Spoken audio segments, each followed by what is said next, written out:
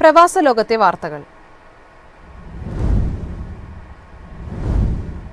വ്യാജ ക്രിപ്റ്റോ ഇടപാടുകളെ തടയാൻ യുഎഇയിൽ പുതിയ നിയന്ത്രണങ്ങൾ വരുന്നു. ദുബായിൽ വസ്തുവകകൾ വാങ്ങാൻ ഇന്ത്യക്കാർ ക്രിപ്റ്റോ കറൻസി ഉപയോഗിച്ചതായി സംശയിക്കുന്നുവെന്ന് ഇന്ത്യൻ നികുതി ഉദ്യോഗസ്ഥർ പറഞ്ഞു.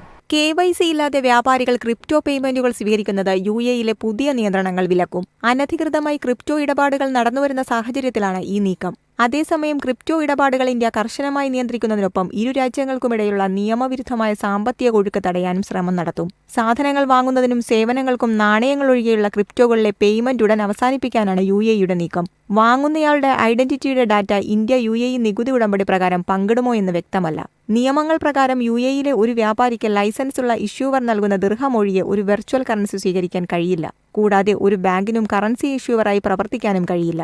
ഡോളറുമായി ബന്ധിപ്പിച്ചിരിക്കുന്ന USDT അല്ലെങ്കിൽ ടെതർ പോലുള്ള ദിർഹം ലിങ്ക്ഡ് സ്റ്റേബിൾ നാണയത്തിൽ യുഎഇ പ്രവർത്തിക്കുന്നു. യുഎഇയുമായി അടുത്ത സാമ്പത്തിക ബന്ധമുള്ള ഇന്ത്യക്ക് ഇത് പ്രത്യാഘാതങ്ങൾ ഉണ്ടാക്കും. അതിർത്തി കടന്നുള്ള ഡിജിറ്റൽ സാമ്പത്തിക പ്രവാഹങ്ങൾക്ക് സുരക്ഷയുടെയും സുതാര്യതയുടെയും നിയന്ത്രണം വരും. യുഎഇ നിയമങ്ങൾ പൂർണ്ണമായും വിശ്വസനീയമല്ലെന്ന് ക്രിപ്റ്റോ ഡീലർമാർ പറയുന്നു. കാരണം ഒന്നിലധികം അധികാരപരിധികളിലെ പ്ലാറ്റ്ഫോമുകളിലൂടെ നാണയങ്ങൾ വഴിതിരിച്ചിടാൻ കഴിയും. എന്നാൽ ലൈസൻസുള്ള ഇടനിലക്കാരുടെ സാന്നിധ്യം തന്നെ പണം കൈമാറ്റം ചെയ്യുന്നവരെ പിന്തിരിപ്പിക്കും. News desk Myfin TV.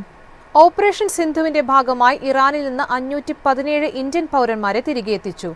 Nepal, Sri Lanka തുടങ്ങിയ അയൽ രാജ്യങ്ങളിലെ പൗരന്മാരെയും ഇന്ത്യ ഉടൻ നാട്ടിലെത്തിക്കുമെന്ന് വിദേശകാര്യ മന്ത്രാലയം അറിയിച്ചു. ഓപ്പറേഷൻ സിന്ധുവിന്റെ ഭാഗമായി ഇറാനിൽ നിന്ന് ഇന്ത്യൻ പൗരന്മാരുമായി തുർക്ക്മെനിസ്ഥാനിലെ അഷ്ഗബാത്തിൽ നിന്നുള്ള ഒരു പ്രത്യേക വിമാനം ഡൽഹിയിലെത്തി. അതേസമയം ഇന്ത്യയിലേക്കുള്ള അവരുടെ തിരിച്ചുവരവിന് വിദേശകാര്യ മന്ത്രാലയമാണ് മേൽനോട്ടം വഹിക്കുന്നത്. ഓപ്പറേഷൻ സിന്ധു പദ്ധതിയിലൂടെ ഇനി നേപ്പാളിലെയും ശ്രീലങ്കയിലെയും പൗരന്മാരെയും മടക്കിയെത്തിക്കും. ഇറാന്റെ ആണവ കേന്ദ്രങ്ങൾ നശിപ്പിക്കുക എന്ന ലക്ഷ്യത്തോടെ ഇസ്രായേൽ നടത്തിയ ആക്രമണങ്ങളെ തുടർന്നാണ് ഇന്ത്യ പൗരന്മാരെ ഒഴിപ്പിക്കാൻ തീരുമാനിച്ചത്. ഇന്ത്യയുടെ ഈ പദ്ധതിയിൽ തങ്ങളുടെ രാജ്യത്തുള്ളവരെയും കൂടി ഉൾപ്പെടുത്തണമെന്നും അവരെയും നാട്ടിലെത്തിക്കണമെന്നും നേപ്പാൾ, ശ്രീലങ്കൻ സർക്കാരുകൾ ആവശ്യപ്പെട്ടിരുന്നു. News desk Myfin TV.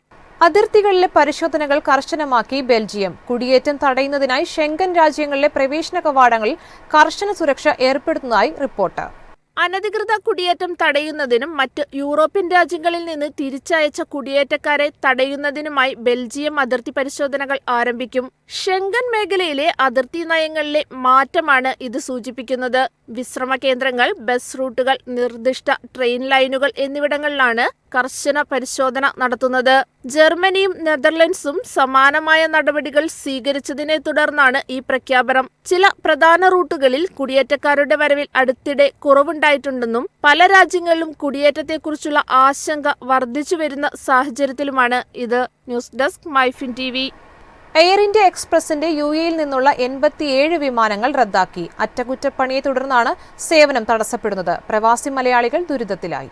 യുഎഇയിൽ നിന്ന് ആഴ്ചയിൽ 108 വിമാനങ്ങൾ ഇന്ത്യയിലേക്ക് സർവീസ് നടത്തുന്നുണ്ട്. ഈ മാസം 30 വരെ കേരളത്തിലേക്ക് മാത്രം 40 സർവീസുകളാണ് റദ്ദാക്കിയത്. ദുബായ്, മംഗളൂരു പ്രതിദിന സർവീസ് 27 വരെ പൂർണ്ണമായും റദ്ദാക്കി. 28 മുതൽ 30 വരെ തിങ്കൾ, ശനി, ഞായർ ദിവസങ്ങളിൽ മാത്രമാകും ദുബായ് മംഗലാപുരം സെക്ടറിൽ സർവീസ് ഉണ്ടാകുക. അഹമ്മദാബാദ് വിമാന ദുരന്തത്തിനു ശേഷം വിമാനങ്ങൾ അറ്റകുറ്റപ്പണിക്ക് വിധേയമാകുന്നതിനാലാണ് സേവനം തടസ്സപ്പെടുന്നത്. റദ്ദാക്കിയ വിമാനങ്ങളിലെ യാത്രക്കാർക്ക് എയർ ഇന്ത്യ എക്സ്പ്രസിന്റെ മറ്റു സെക്ടറിലേക്കുള്ള വിമാനങ്ങളിൽ സീറ്റ് ലഭ്യതയനുസരിച്ച് യാത്ര ചെയ്യാം. ആവശ്യക്കാർക്ക് ടിക്കറ്റ് തുക തിരിച്ചു നൽകുമെന്നും വിമാന കമ്പനി അറിയിച്ചു. അല്ലാത്തവർക്ക് മറ്റു ദിവസത്തേക്ക് ടിക്കറ്റ് റീബുക്ക് ചെയ്യാം. News desk Myfin TV. കള്ളപ്പണത്തിനെതിരെ നിയമം കടുപ്പിച്ച് കുവൈറ്റ്. കുറ്റക്കാർക്ക് 14 കോടി വരെ പിഴ ചുമത്തും. കള്ളപ്പണം വെളുപ്പിക്കൽ, തീവ്രവാദത്തിന് ധനസഹായം നൽകൽ എന്നിവയ്ക്കെതിരെ കർക്കശ നടപടികളുമായി യുഎഇ. ഇതിനുള്ള കരട് നിയമത്തിന് കുവൈറ്റ് മന്ത്രിസഭ അംഗീകാരം നൽകി. UN സെക്യൂരിറ്റി കൗൺസിൽ പ്രമേയങ്ങളുമായും രാജ്യാന്തര മാനദണ്ഡങ്ങളുമായും യോജിക്കുന്ന വിധത്തിലാണ് നിയമനിർമ്മാണം നടത്തുന്നത്. നിയമത്തിന്റെ അന്തിമ അംഗീകാരത്തിനായി കുവൈറ്റ് അമീർ ഷെയ്ഖ് മിഷാൽ അൽ ഹമദിന് സമർപ്പിക്കും. തീവ്രവാദത്തിൽ പങ്കുണ്ടെന്ന് സംശയിക്കുന്ന വ്യക്തികളുടെയും സ്ഥാപനങ്ങളുടെയും പട്ടിക തയ്യാറാക്കി പ്രസിദ്ധീകരിക്കും. കുറ്റകൃത്യത്തിന്റെ ഗൗരവമനുസരിച്ചാകും പിഴ. 10,000 മുതൽ 14 കോടി വരെ രൂപ പിഴ ചുമത്തും. നിയമലംഘകരായ വിദേശികളെ ശിക്ഷയ്ക്ക് ശേഷം നാടുകടത്തും. News desk Myfin TV.